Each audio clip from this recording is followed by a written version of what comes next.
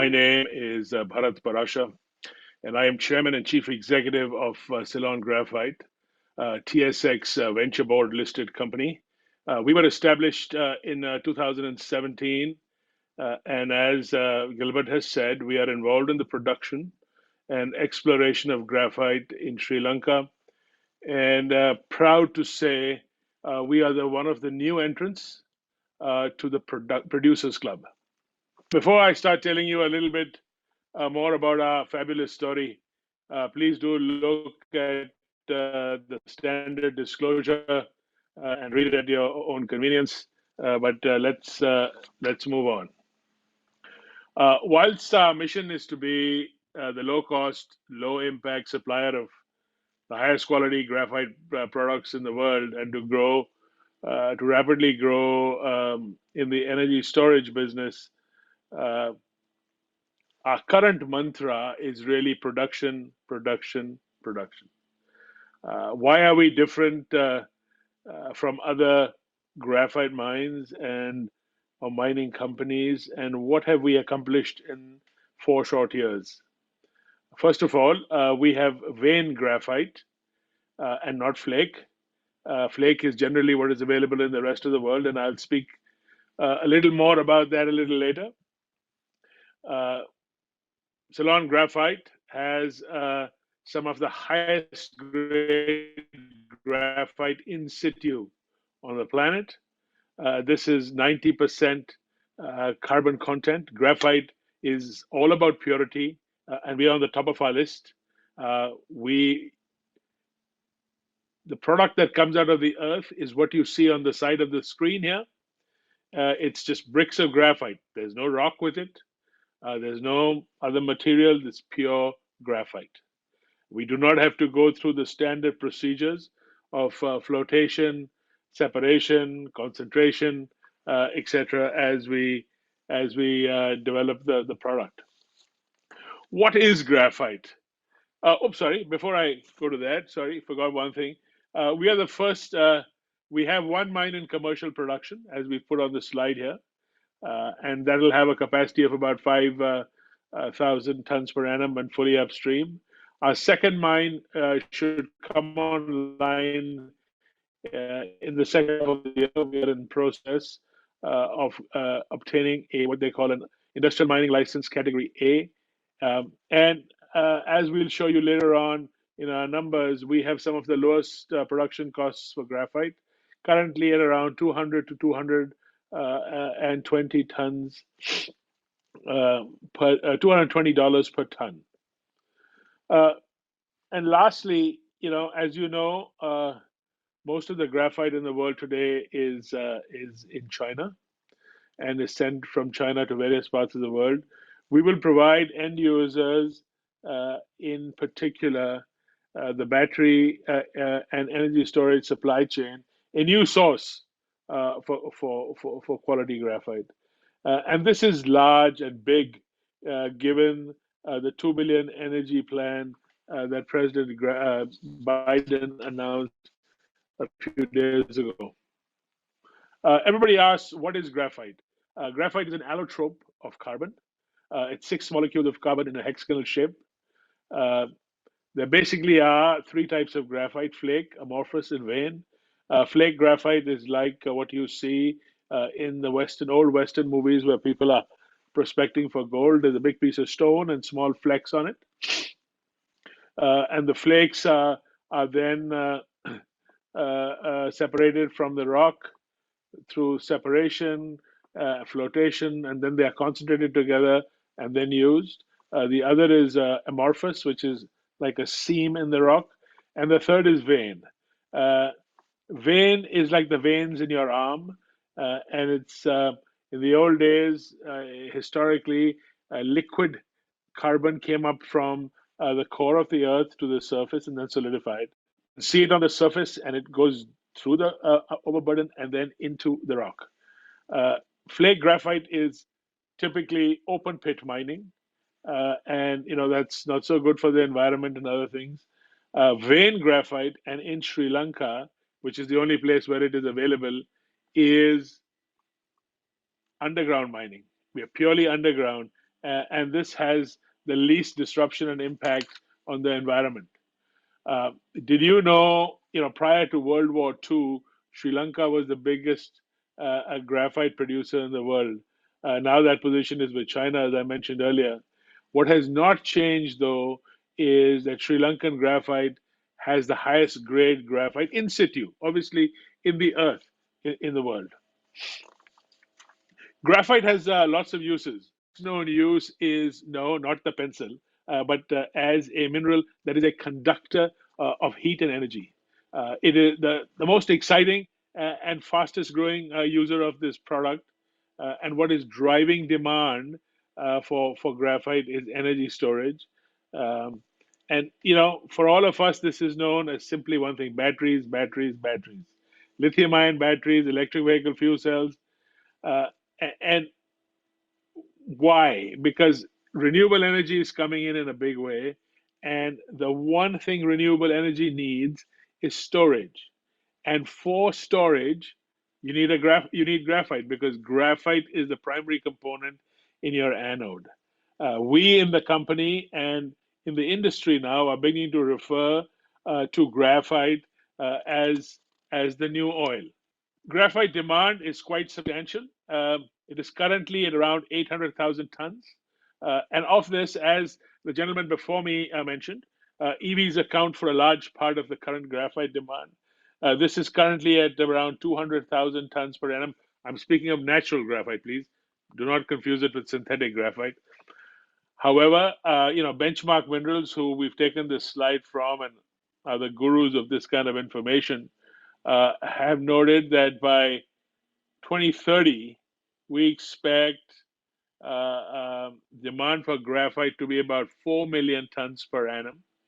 And about 3 million tons per annum of that will come from um, electric vehicles. Now, I think these numbers are all going to change simply because you must have seen the latest announcements, and countries are very, very quickly looking to change from what they call internal combustion engines to electric vehicles.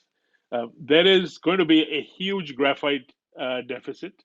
Looking at this slide, you can clearly see that starting about 2022, 23, there's going to be a huge deficit from demand and supply.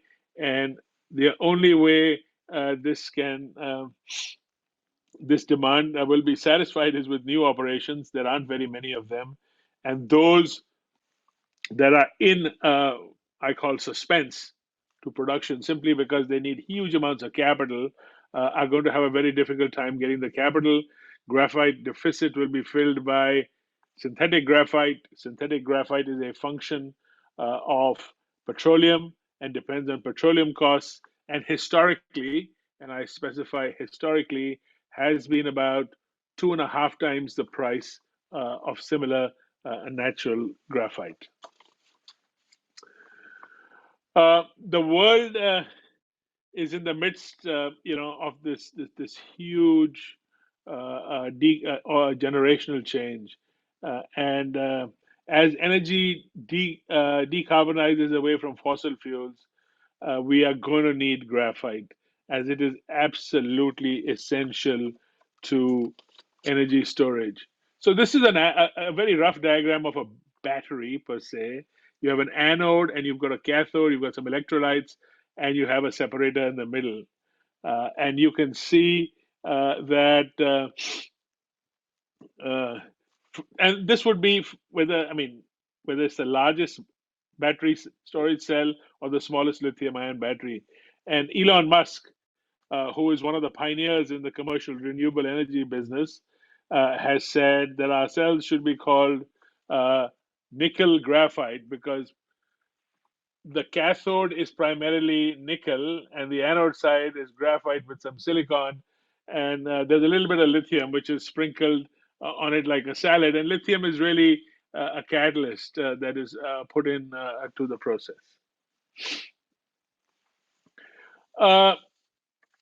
So this slide, just very quickly, tells you how much raw material 30 gigawatt battery mega factory consumes huge amounts of raw material. And the largest one is graphite. 33,000 tons of graphite are consumed. And keep in mind, this is refined graphite, not natural graphite. So if you're talking in terms of natural graphite, this will be about 45,000 tons of 90 to 95% carbon content raw graphite. Uh, the audience, most of you are from of Chinese origin, will know that the largest of these huge mega factories are in China, and China, up till recently, had suddenly become a net importer of graphite because they can't fulfill their own demand. And so, one of the big new sources of this demand is going to be um, Ceylon graphite, or to provide the graphite. How much graphite is there in an electric vehicle? The Tesla Model S, amazing, 70 kilograms, all the way down to the the Volkswagen, which is about 26 kilograms of graphite. But it's a huge amount. Given that there's going to be millions of these cars on the road very shortly, you can see that this sector alone will have a tremendous impact on uh, graphite and the price of graphite. So we have a strong management team. Basically, I lead the management team, and we have all sides of the business well covered. We have a long history in Sri Lanka and are well known to the government. We used to be involved in a mini hydro business there, and now are in the which we've sold, and now in the graphite business. We believe in hiring locals and have done so, but are always open to bringing in foreign experts. Uh, 10 or 15 days ago, I think, we have filled in a large gap of what was missing in our business. We have been joined by Dr. Siva Baum as the Chief Scientific Executive, and Dr. Malika Baum as our Technical Director. These two have more PhDs in different sciences and are members of more Royal Societies than I can even count. Collectively, they have filed over 30 patents, and they bring extensive experience to us in product development for graphite and, importantly, graphene applications. Ceylon Graphite aims to capitalize on their collective technical experience and expertise and innovative abilities to advance the development and commercializations of new technologies. It is our ambition, in addition to our normal mission statement, to change from being a producer of natural graphite to being a technology company within 3 to 4 years. And that has to happen because being a producer of natural graphite, whilst it will give us some revenues, as you'll see, and above average profits, the real profits and the real business is in the upgrading of the product and in what it can do for the world going forward in the future. As Gilbert mentioned, we have the largest land package in Sri Lanka. In Sri Lanka, the government gives out concessions and grids. Each grid is 1 square kilometer. We have 121 such grids. That's about 30,000 acres. We are on the Vani Plate, which is the same formation, geological formation as the two existing mines in Sri Lanka are. One mine is called Kahataga, the other is Bogla. It's amazing. For the amount of graphite in the country, there are only 2 mines that are in production. Both these mines are over 150 years old, and that's key to understand. And they are still in production at around 2,000 feet underground. So, what it does tell you is that the average life of a mine in Sri Lanka is much more than a typical graphite mine, which is 20 years, 25 years. I look at these as at least 50 to 100-year mines. And when we get into the details about our own mines, we are only at 150, 200 feet down in them. We can still go down to 2,000, 3,000 feet underground. Just some Hi, Bharat. So you have a couple of minutes left. So if you like to wrap up to answer questions, feel free. Okay, I'll just skip over then and just give you some. Here's some pictures of our K1 mine, which is in production. You can see the vein on one side. This is our M1 mine, which is uh, coming into production in the middle of the year. You can see the size of the vein here. I'm a big guy, 6 foot. My wingspan is 6.5 feet, and the vein is bigger than my wingspan. And you don't get veins like this around the world. If you look at us in comparison to our competition who's listed, you'll see we have the lowest production cost, the lowest capital cost so far, and the highest quality graphite. Graphite prices, pretty standard. Our graphite in Sri Lanka sells at a premium to normal flake graphite quite substantially. Just some quick numbers for you. We expect to be in full production in 10 sites in about 7 years. We currently are looking at just 2 sites. This is a function of capital, and these numbers are purely on internally generated capital. By year 4, we will have made the jump into the upgrading business, and the numbers will change. But even based on being a pure producer of graphite, you'll see that we have a huge net cash flow by the end of the 10th year, around $300 million. This is our share price. It's moved around the market a bit. Currently, it's a little lower. It's around 30 cents. But we expect this to grow quite substantially over the next couple of months. Just to sort of wrap up, uh, the past usage of graphite was in small items like electronics. The present is going to be electric vehicles, and the future is in the energy storage. Ceylon Graphite is well positioned to grow shareholder value. We have lots of natural graphite. It's the cheapest. It costs us the least to build a mine anywhere in the world. It costs us just $2.5 million. Our products have been qualified as marketable and expandable for battery usage, and we're exceptionally well positioned close to China, Japan, and Korea, and the US West Coast. Sorry, Gilbert, went a little over time, but I'd be delighted to answer any questions. Sure. Let's go with this one from TJazz. He was asking, saying Tesla is looking to replace graphite with silicon in their batteries. Will that affect your sales? No. So it's a little bit of a misnomer. What everyone is looking to do. So if you look at an anode right now, the anode right now is graphite wrapped with silicon. And the issue with silicon is when it heats up, it expands, and nobody knows how much it expands. So the big issue is going to be the first people who find a proper silicon wrap, and the silicon provides the oomph or the power to the graphite, right? When it does the conduction of heat and energy. So what everyone is talking about is putting a little more silicon into the battery anode and being able to wrap it successfully commercially. That is where we are right now. Nobody has actually quite done it as yet. Okay, let's go with the last one. And he's asking for what other players are there in the Sri Lanka space in terms of mining graphite right now, besides you? Nobody. Nobody. So, no. So we actually, to be fair, there are 2 other mines. Karnataka is a government mine. It produces 1 ton a month. Sometimes it produces 2, 3 tons. It's in pretty much in disrepair, and nothing is happening there. They have a beautiful site, and they're down 2,200 feet underground. I've been there.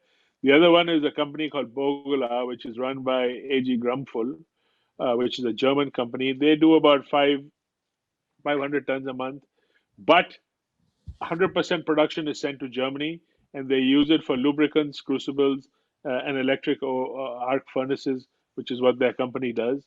They do not. They are not in the battery business at all. Okay. So Ceylon Graphite is going to take over the predominant position there. Thank you, Bharat, for your insights here. And thank you for being here with us today. Thank you very much.